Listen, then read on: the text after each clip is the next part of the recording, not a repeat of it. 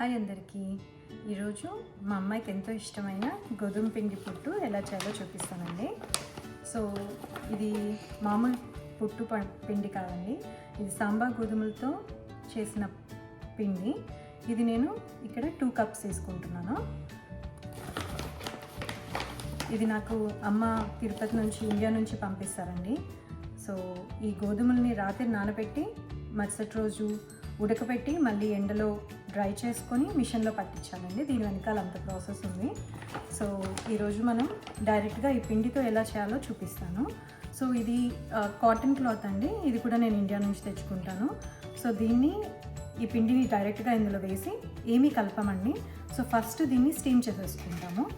So నేను ఇప్పుడు దీన్ని డైరెక్ట్గా ఇలానే స్టీమింగ్కి పెట్టేస్తున్నాను. సో ఈ దాంట్లోనే పెట్టేసుకుంటాను.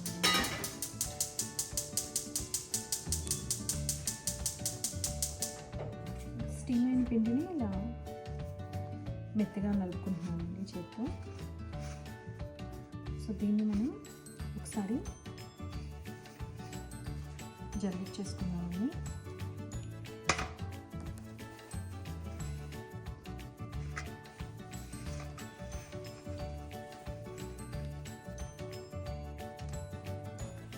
ఇలా చేస్తే మనకి మొత్తం స్మూత్గా పిండి రెడీ అయిపోతుంది.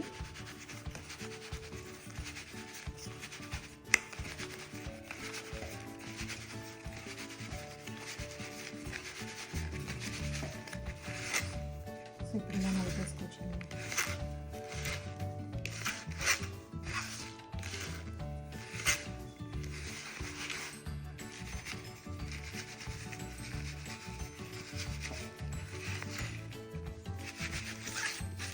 చూడండి, మొత్తం ఇలా చేసేసుకున్నాను. మొత్తం అయిపోయింది. సో ఇప్పుడు దీన్ని ఈ పిండిలో సాల్ట్ కలిపిన వాటర్ అండి, ఇది మామూలు నార్మల్ టెంపరేచర్ వాటరే. సో దీన్ని కొంచెం కలుపుకోవాలండి. యూజువల్లీ మనం చపాతీ పిండిలో ఆయిల్ వేసి ఎలా కలుపుతామో అలా కలపాలండి, ముద్దలాగా అవ్వకూడదు.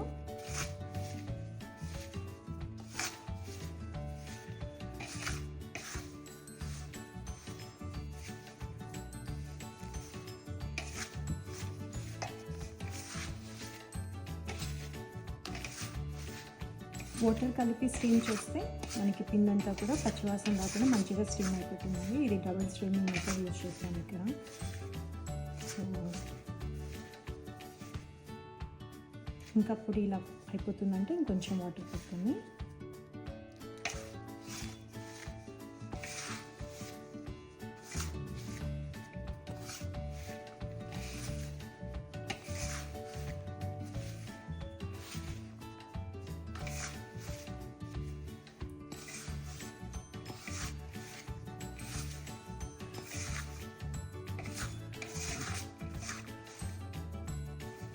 వాటర్ యాడ్ చేసిన తర్వాత మనం పిండిని ఇలా పట్టుకుంటే ఇలా షేప్ కావాలని, షేప్ నిలబడుతుంది అంటే it's like almost correct water పట్టాయని.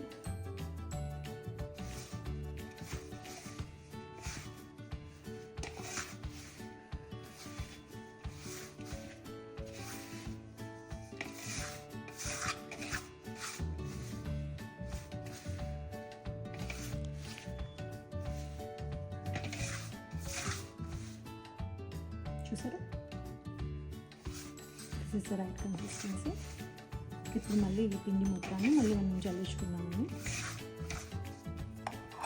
Water కలిపిన పిండిని మళ్ళీ మనం ఏ క్లాత్లో అయితే స్టీమ్ చేసామో ఆ క్లాత్లోకి మళ్ళీ ఇంకొకసారి దీంతో చేసేసుకున్నాము, ఫిల్టర్ చేసేసుకున్నాము, జల్లి పెట్టుకుంటాము.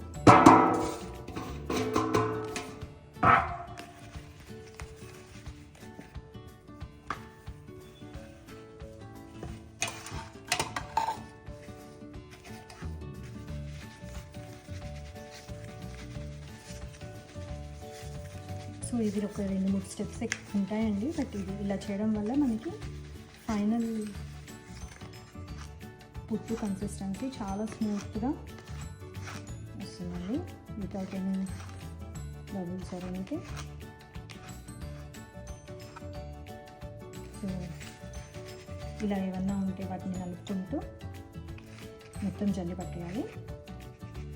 ఇది నాకు పిండి మొత్తం జల్లించడానికి 15 minutes పట్టిందండి. సో ఇట్లా మెత్తగా అనుకుంటూ కొంచెం తడి ఉంటుంది కదండి, సో దానికి టైం పట్టేస్తుంది. సో దీన్ని మొత్తం ఇలా అనుకొని ఇంకా ఈ చివరిలోకి వదిలేస్తున్నాను. దీన్ని మళ్ళీ మనం స్టీమింగ్కి పెట్టేస్తాము. చూసారా చాలా సాఫ్ట్గా ఉంది. సో దీన్ని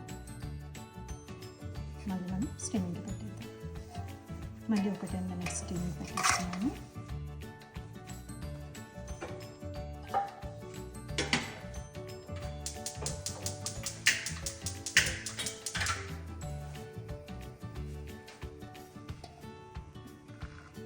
స్టీమ్ చేసిన తర్వాత ఓపెన్ చేస్తున్నానండి.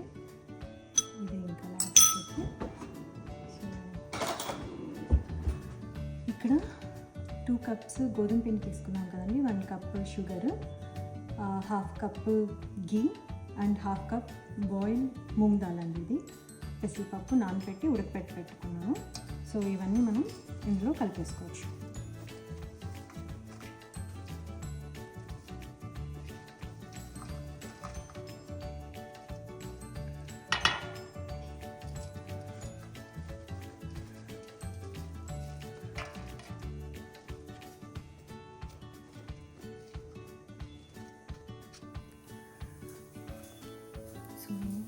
క్లాత్లో నుంచి మనం ఒక ప్లేట్లోకి వేసేసుకున్నామండి స్టీమ్ చేసిన ఫుడ్ని. ఇప్పుడు మనం ఇంకా ఇంగ్రీడియంట్స్ కలుపుకోవచ్చు. పెసరపప్పు, ఘీ,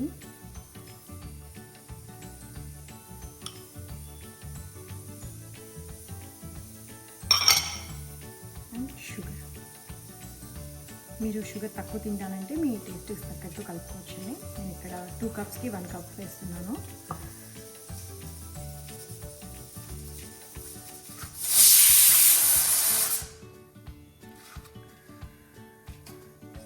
ఇది కలిపిన తర్వాత ఫ్రిడ్జ్లో పెడితే 2 days వరకు మంచిగానే ఉంటుందండి. బయట అయితే పెట్టకండి, ఎందుకంటే పెసరపప్పు కలిపాం కదా, సో పాడైపోయే ఛాన్స్ ఉంది.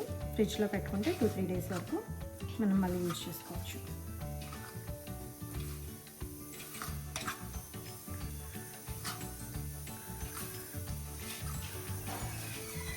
పప్పు నెయ్యి కలపడం వల్ల మనం తినేటప్పుడు గొంతు పట్టుకోకుండా చాలా స్మూత్గా ఉంటుందండి.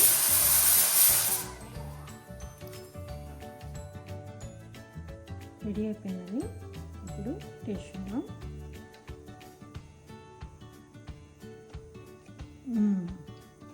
You have to taste this అండి. అలా పెట్టుకుంటే అలా కరిగిపోతుంది. సో ఇది మా అమ్మాయికి ఇవ్వబోతున్నాను. She will enjoy this. Thank you. First time mature అయిన అమ్మాయికి ఎక్కువ పెడతారండి. దీంట్లో ఉండే ఘీ అండ్ పప్పు ఇది చాలా మంచిదండి. Thank you.